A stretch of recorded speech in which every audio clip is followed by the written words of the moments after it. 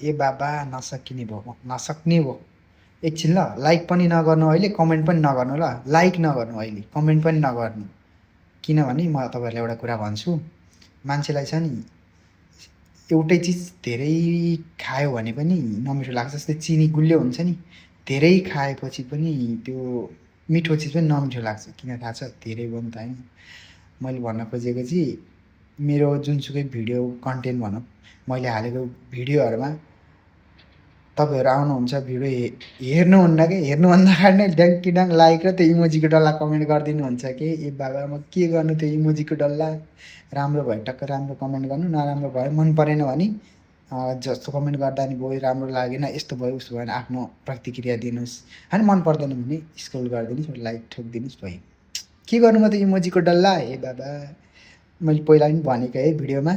अब म यो भिडियो पनि आउँछ मलाई पक्का थाहा छ इमोजीको डल्ला मात्रै म के गर्नु त्यो इमोजीको डल्ला पकाएर खानु इमोजीको डल्ला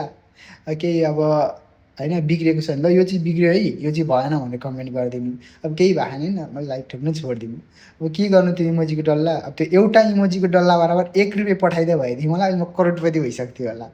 के गर्नु म त्यो इमोजीको डल्ला अब यो भिडियोमा नि आउँछ थाहा छ मलाई इमोजीको डल्ला मात्रै कमेन्ट आउँछ दिक्वाक भइसक्यो म इमोजीको डल्ला आएर दिक्वाक भइसक्यो साँच्ची भनेको मेरो कमेन्टमा हेर्नुपर्छ इमोजीको डल्ला बाहेक केही पनि छैन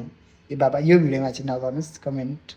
इमोजीको डल्ला अरू केही भन्न मन लागेको छ भने भन्नुहोस् इमोजीको डल्ला कमेन्ट चाहिँ नगर्नुहोस् प्लिज